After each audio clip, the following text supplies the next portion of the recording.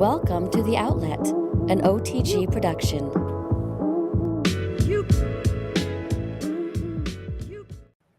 What's up, NBA fans? Welcome to another edition of The Outlet. With me, as always, Parth. What's up, Nick? Same old Parth, getting ready for these rankings. And today at number 16, we have the Indiana Pacers. But before we talk about the Pacers, here's a clip from last season. And once he shoots this free throw, a chance now for Paul George. Oh, yeah, nothing like a George Hill free throw. It's nice to see Paul George back. Definitely. You know, that was a tough injury to happen to him, especially when you're competing for your country. And then it just happens that the hoop's a couple feet closer than the regular one, and then boom, takes him out for almost the whole season. In his first game back, he hit a difficult first shot. Yeah, that is a tough shot to come in and just hit it right off the bench. Not playing the NBA game for months. Nice to see it, though. But let's talk about the Pacers. Do you think this is a fair ranking for them? I do think it's a fair ranking. There's still a lot of question marks for this team. They have a high ceiling, in my opinion. But as for a preseason ranking, I think this is fair. What do you think? Yeah, this is one ranking that I'm kind of scared about, just because, say, things don't go as well with Paul George, they definitely could fall down, but hopefully all stays well with him. Right, this is like a high-risk, high-reward sort of pick.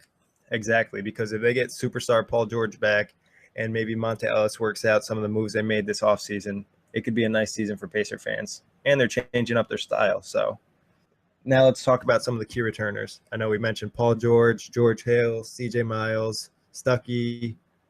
Who do you think needs to have a big season? Well, I think Paul George, if this team wants to reach its potential, he needs to go back to being that fringe superstar player that he was before he got hurt.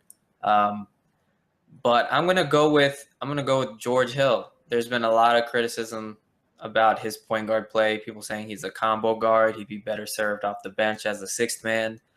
But I do believe he could be a good enough point guard for this team,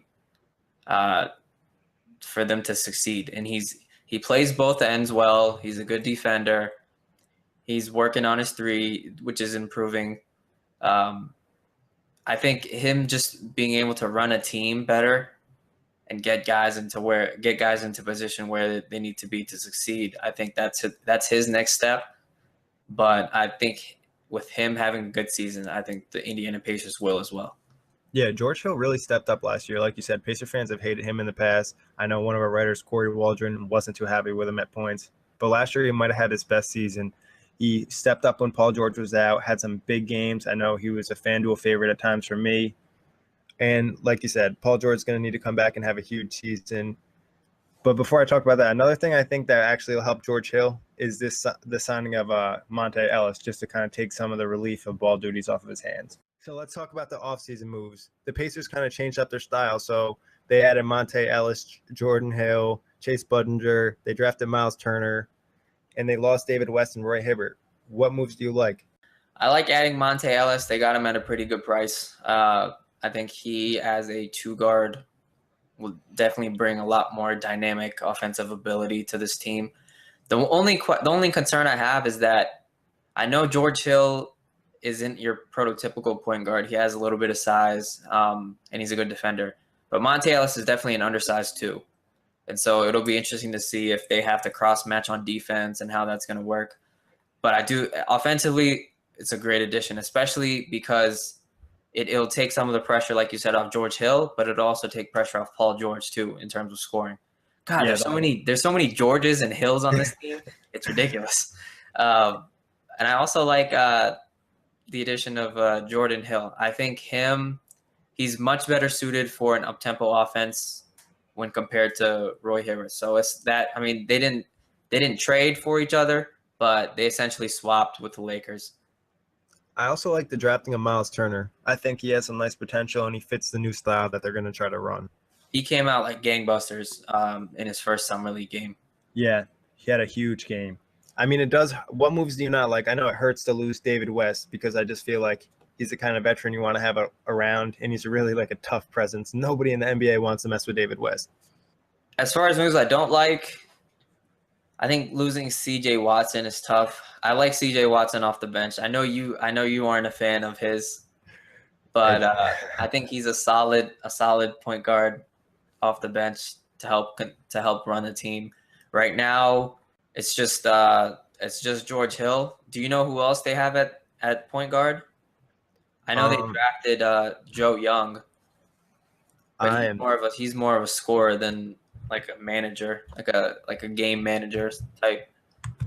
Yeah, it'll be interesting to see who they do play at that point, the second point guard position. I'm not sure at the exact moment. But yeah, CJ Watson definitely can. I think his loss will be felt just because he's a calming influence on the team. He's a veteran, can run the point guard position, can help get guys into the correct spots and all that sort of stuff. So I think losing him hurts. Yeah, currently on the Pacers roster, the second point guard is only second-round pick Joseph Young. So it'll be really interesting to see what the Pacers do with that position. Yeah, Joseph Young is a dynamic offensive player. He reminds me a lot of Monte Ellis, to be honest. I think having CJ Watson would have helped, but obviously they don't have him anymore.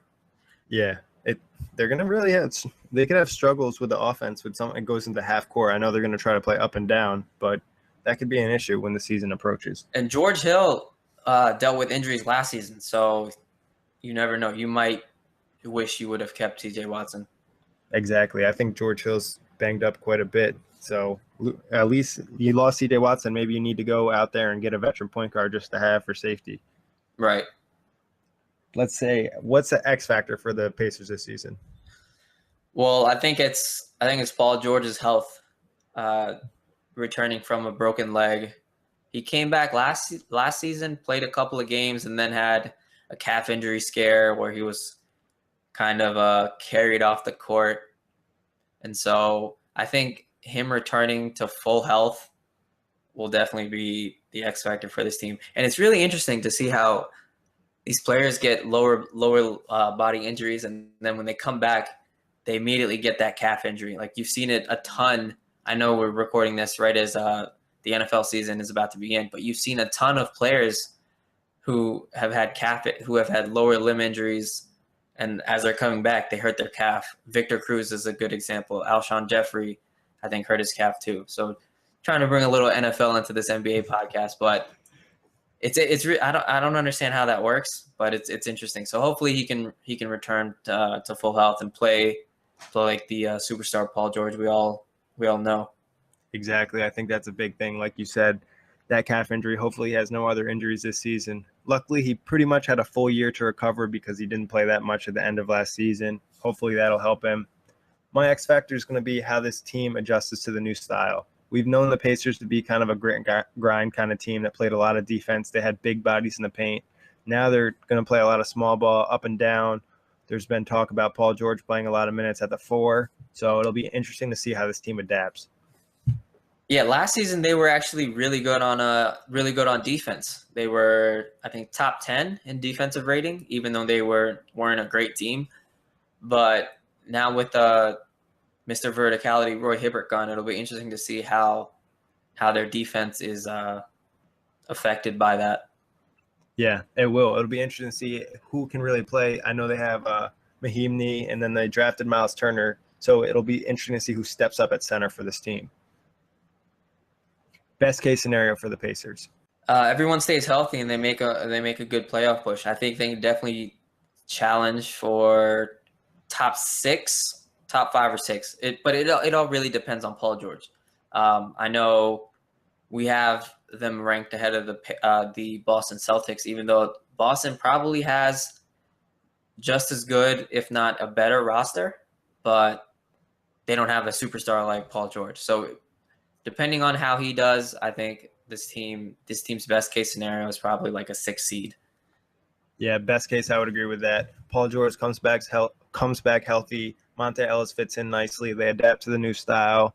They're able to land a 6 seed, and they might not win the first round, but maybe they can just make it an interesting series. Worst case scenario for the Pacers.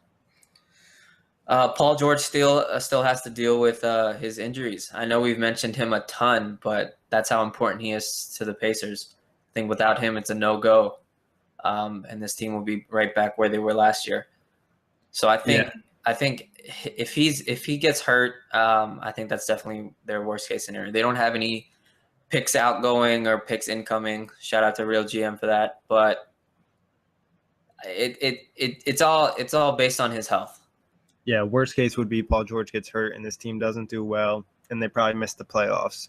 And George's injury seems to bother his game more than just reoccurring injuries. It just he can't get back to that spot he once was at. Right. There's a mental hurdle as well. Exactly, especially with the type of injury that he suffered. But let's talk about the truth. For the truth, we have a cheetah. You might be thinking, why are we bringing a cheetah into this? Well, we're about to tell you. The Indiana Pacers moved, like we mentioned earlier, moved David West and Roy Hibbert, and now are trying to play up-tempo with Paul George possibly at the 4. Miles Turner maybe playing some 4. So this up-tempo style is new for the Pacers. I know Paul George doesn't really want to play 4. He's made that known, and Larry Legend said, "Nope, you're going to do it." And so, yeah, the cheetah represents their up-tempo play style that they'll have this season. Yeah, I think that's a perfect fit emoji right there, because they're going to try to get up and down with these players that they've gotten, and they're going to go away from that slow style they used to play. But let's ask a better question. Are you going to watch the Pacers on League Pass this year? The Pacers are on national TV 7 times. I think that's enough for me. Yeah, the Pacers, it'll be interesting to see if they're able to pick up this up-tempo, because if they do, they might be interesting to watch just because they have some nice guys with George Hale, Paul George comes back, Monte Ellis. Pretty exciting a little bit right there. But would you rather watch the Pacers or Blackish? Blackish, hands down, no contest. I love that show. It's funny. Sorry, Paul George. All right. Thank you guys for listening. And a hint for our next team, they might make a surprising push for the playoffs.